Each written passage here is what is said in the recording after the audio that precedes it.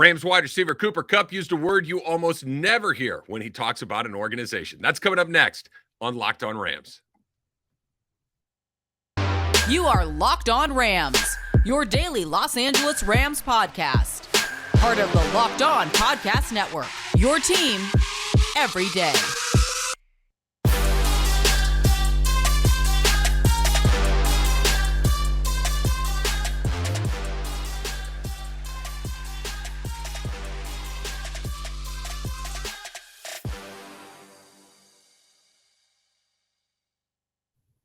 Thanks for making Locked On Rams your first listen every single day, free and available wherever you get your podcasts and part of the Locked On Podcast Network. My name, you can see it right there on your screen, of course, is Travis Rogers. I host the Rams pre- and post-game show on their flagship station, ESPN 710. I've been doing that since the Rams came back to LA way back in 2016. Make sure you click that subscribe button in your podcast feed so you can get all of your Rams content every single day. We got a good one for you today.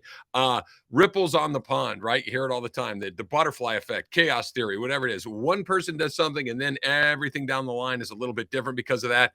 I think all of these signings that are taking place with the Rams are going to have effect on the rest of the NFC West. That's straight ahead. Plus, I want to talk about something that we've mentioned before, but haven't spent a lot of time on. Maybe something to keep your eye on once we get to August and training camp starts in earnest. But let's start with this. Cooper Kupp, we know, is the recipient of a brand new contract courtesy of the Los Angeles Rams. He reset the wide receiver market, getting a little bit more average annual value than Devontae Adams.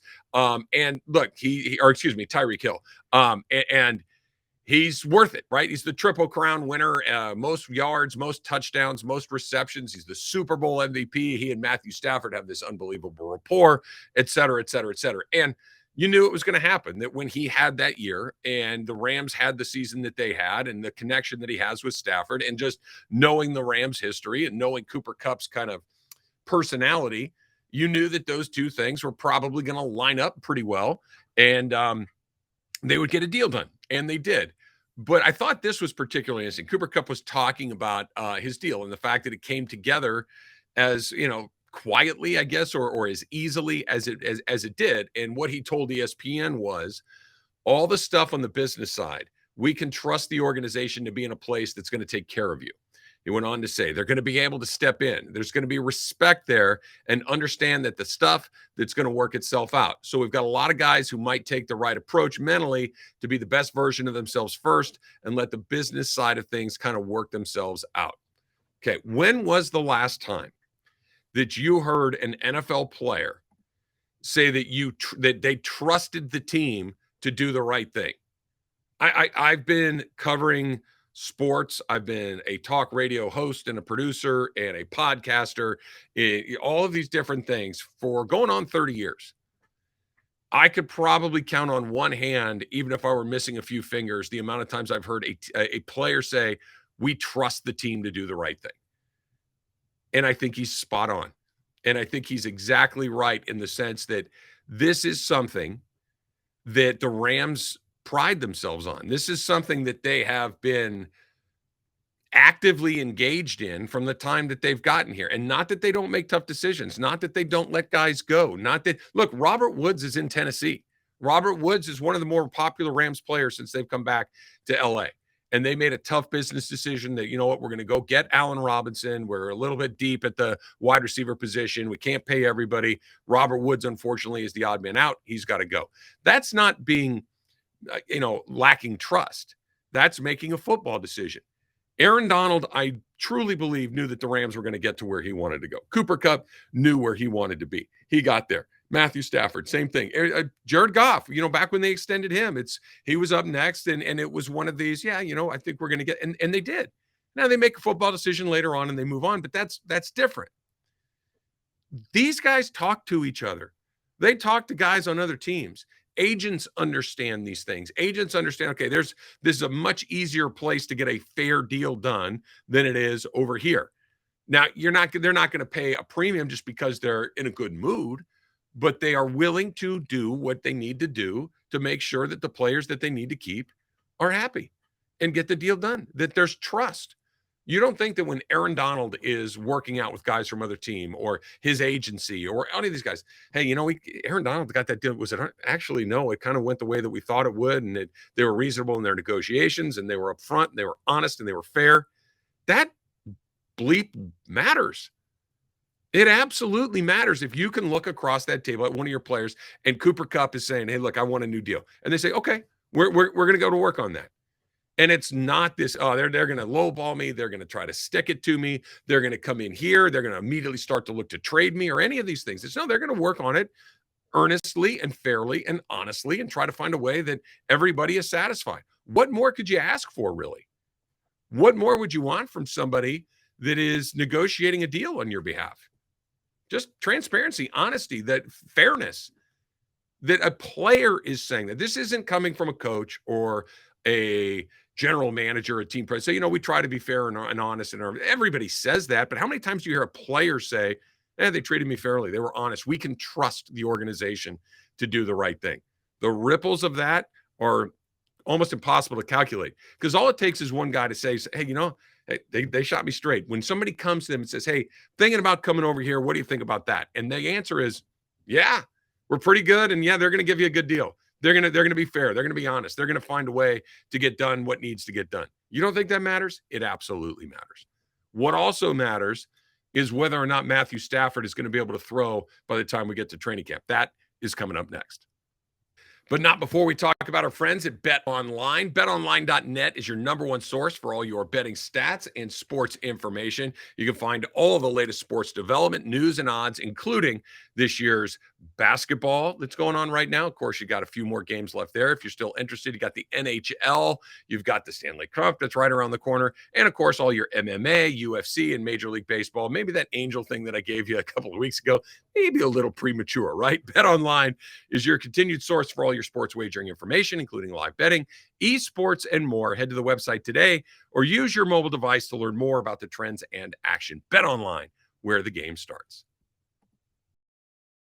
And we also have an important favor to ask of you. We're putting together a survey so we can learn more about listeners like you and make your favorite Locked On podcasts even better. This is your opportunity to tell us what you like, what you don't like about Locked On podcasts, and here's how you do it. You go to lockedonpodcast.com/survey. You can go do it right now to get started. It's not going to take you very long at all. And everyone that completes a survey can qualify for a chance to win one of 10 $100 Ticketmaster gift cards. So take our audience survey. You can go to lockedonpodcast.com/survey. And thank you very much for your help.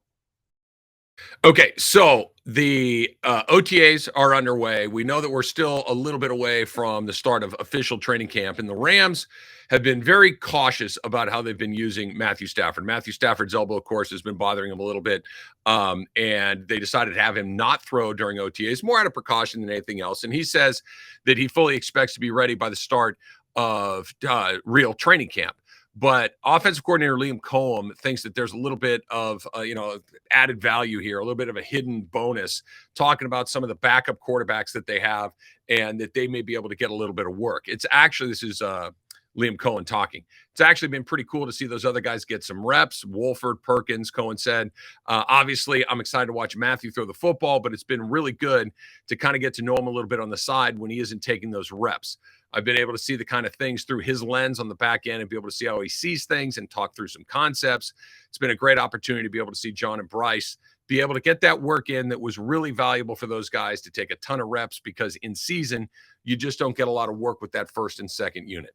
Okay, so I think that is mostly true, and also a very optimistic way to spin something that is maybe not a 5-alarm fire, but it's certainly something that I would be having my eye on. And it kind of brings up a couple of interesting. Yeah, you want John Wolford and Bryce Perkins to get some reps with the ones and the twos. I get it, right? Because, knocking on wood right now, hopefully you don't ever need to use one of these two players, because that means that Matthew Stafford's unavailable. But it's the NFL. Guys get hurt. Guys, things happen. We're still living in kind of a COVID world, and you just don't know when it's going to happen, when you're going to have to play a game or two with your backup quarterback. So you got some opportunities there to get these guys some reps, because he's absolutely right. Once you get into the meat of the season, They're not playing, and they're really not even getting a ton of time on the practice field. So I agree with him that it's probably good news for the Rams, good news for him specifically, to see these other guys and get a little bit of a sense on how it works. It's probably true that getting to stand with Matthew Stafford and say, take me through what you're seeing right here is beneficial, right? That, okay, I see it now. We can communicate a little. All these things are true. Here's what I think that my general takeaway is, though. We're not 100% sure that he's 100% until we get to go see him throw.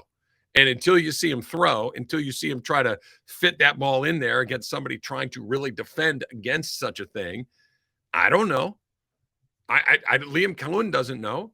Until you know, you don't know. Now, do I know he knows the playbook? Sure. Do I know that he knows where the ball's supposed to go? Do I know that he can do some things? Oh, of course. But health is the great equalizer in the NFL. And if he's not playing right now, what does it mean? I don't think anybody can honestly say. It probably means nothing. Probably. But until you see him out there, I'm not going to hold my breath, which means if in fact, and let's just take this off of he hasn't thrown yet in camp and turn it more into hey, he gets a hit and he jams his shoulder and he can't throw for a week or two, and you got to play Wolford or Perkins. How do you think about that? We haven't seen John Wolford play in a minute. He played capably at the end of the season a couple of years ago. He filled in for Jared Goff and had a little bit of athleticism, could make some plays with his feet. And then they went into the playoff game and he gets hurt right away. And Jared Goff, obviously, we know how that story ends. Wolford was okay.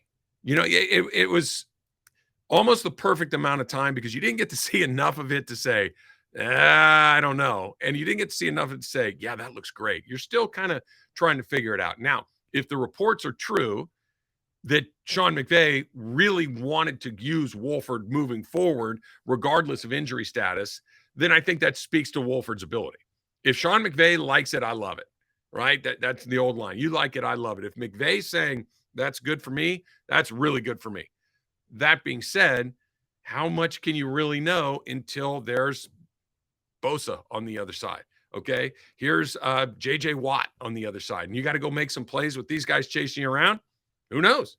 You just don't know. Von Miller, right, is going to be the first guy that the Rams see opening night against the Bills. Let's say that his elbow doesn't respond right. Matt Stafford, for whatever reason, can't play. Going against Von Miller is a little different with everybody watching. It's a different deal than, hey, just get us to the finish line. We're trying to get into the playoffs. It's a totally different dynamic and one that he may or may not be ready for. Until I see Matthew Stafford throwing the ball at camp with the velocity, with guys trying to break up passes, I'm going to be just got my foot near the brake, not on the brake, but at least near it to just say, all right. And here's the other thing. Well, did they spend enough money in a backup quarterback? Should they have found somebody that's got a little more season? Remember, they had Blake Bortles for a period of time. Now, Blake Bortles is not the second coming of Joe Montana, but Blake Bortles was a starting quarterback in the NFL for many, many seasons. That's exactly what you want in a backup quarterback. You want somebody that knows how the NFL works, knows the speed of the game. Maybe doesn't make every throw, maybe can't do all the things that your starter does, obviously, but it isn't one of these where your eyes are huge, like I've never seen anything move quite like this. They can find a guy like that. You can go find a backup in a moment to get you through a period of time. If Wolford all of a sudden or Perkins or whoever is incapable or not quite up to speed there, they can get it done. I'm not too worried about that along the way. What I do like is that the Rams, by being as aggressive as they have with their own players, may have created a little bit of problem for some other people, which is kind of a double win for the Rams. That's coming up next.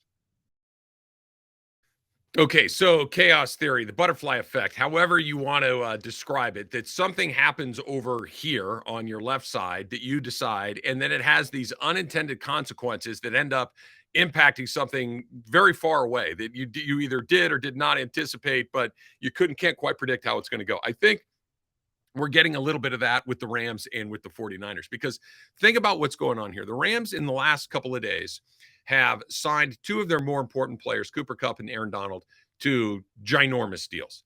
Kupp resets the wide receiver market, and Aaron Donald becomes the first player ever to go over $30 million a year that's not a quarterback. Okay, pretty big numbers, and obviously two guys that are very deserving of accolades like that.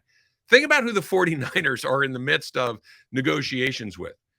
An edge rusher and a wide receiver in Deebo Samuel. Nick Bosa is a guy that gets the quarterback. Sound familiar? And then you got a wide receiver who is an impactful player on the offensive side of the ball.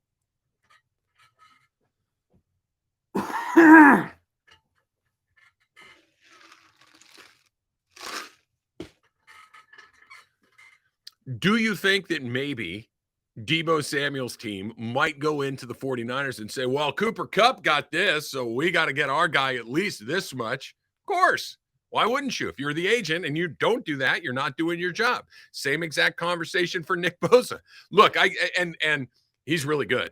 He's not Aaron Donald, but he's really good. If he goes in there and says, look, TJ Watt makes this, Aaron Donald makes that, I'd like to get somewhere closer to Aaron Donald than TJ Watt, I'd blah, blah, blah, blah, blah, blah.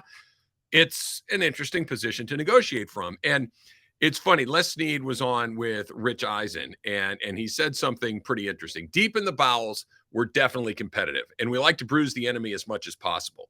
But I think in those situations, we're really focused on Aaron. We're really focused internally on us. And if we do this with Aaron with second, third, fourth, fifth level domino effects from that contract, and how do we work around it? And I'm sure the Niners are doing the same thing themselves. They're focusing on themselves, trying to build the best Niners team possible. So when we do battle twice a year, it's one of those 15-round heavyweight fights. I'm not saying that Les Snead, when he's doing Aaron Donald's deal or Matthew Stafford's deal or Kupp or any of these other guys, it's, hey, if we do this, then the Niners are going to have to blow up there. I don't think it's exactly that. I'd be shocked if it was. But there has to be a little of three-dimensional chess here, right? This idea of, hey, listen, we really want this player. We've decided we're going to pay this guy. We're going to pay him. But not only do we get Cooper Kupp, not only do we get Aaron Donald, not only do we get Matthew Stafford and set ourselves up for another Super Bowl run, but it also puts the 49ers in a – Deebo's already unhappy. He has already said that he doesn't want to be there anymore. Now, all of a sudden, he knows that the market and the Niners can't get there, or they won't trade him, or whatever it might be. It's a little bit of something. I'm a big believer in morale. I'm a big believer in culture. Like, and let me just, I'm going to make a quick digression here about culture. If you are one of these guys that believe that the only thing that matters is, do you have good players or not? I think that's about 80% of the equation. You have to have good players, right? I don't care if Sean McVay is the head coach of your team. If you have a roster full of bums, you've got no shot. But you also, that next 20% is culture. And that culture comes from the head coach. And the culture comes from everybody around the organization. Are people happy? Do they want to be there? Do they like working there? And I'm not even talking about just the players. I'm talking about everybody. Coaches, trainers, administrators, everybody, front office people, media people, everything. Do they like being around? And you saw what it was like under Jeff Fisher. And Jeff Fisher was well liked, but it was stale and old. And here comes Sean McVay, and boom, everything's light, everything's intense, everything's positive, we're pulling in this direction. And the culture changed immediately, and we've seen the results of that. If the culture is bad, and it doesn't have to be catastrophically bad like you'd see in Cleveland for years and years. It's a little bit better now, but it would be one of these things where this guy's unhappy with his deal, or this guy feels that he's a better player here, or they went through this protracted negotiation. Somebody feels like they were lied to. Somebody feels like they were told one thing and then the coach did another. All of these things add up to, man, just pay me and let me go to work. That's not as effective as, hey, listen, I want every penny that I'm due, but I want to do it right here.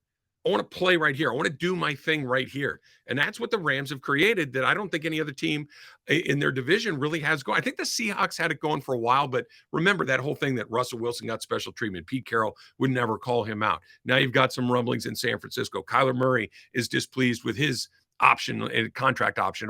The Rams really don't have much of that. And the quieter it is there, the noisier it seems other places like in San Francisco. And I don't think that can do anything other than help the Rams. All right, that's going to do it for this edition of Locked On Rams. Thanks for making us your first listen every single day. Now make your second listen, the Locked On NFL podcast, our national NFL experts and insiders, keeping you dialed in with the biggest stories and the latest news from around the league. Because an offseason does not equal a break in the action. Follow Locked On NFL every day on the Odyssey app, YouTube, and wherever you get your podcasts. Until next time, whose house? It's Locked On Rams house.